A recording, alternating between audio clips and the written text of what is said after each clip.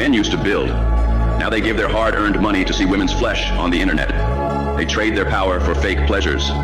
They hand in their souls to onlyfans whores, a generation of warriors acting like simps. And then they whine. My life feels empty, blah, blah, blah. Embarrassing, really? Listen, brother, if you're under the influence of that bullshit, I want to tell you something. Your strength isn't gone. You just stopped using it and traded it for numbness and dumbness.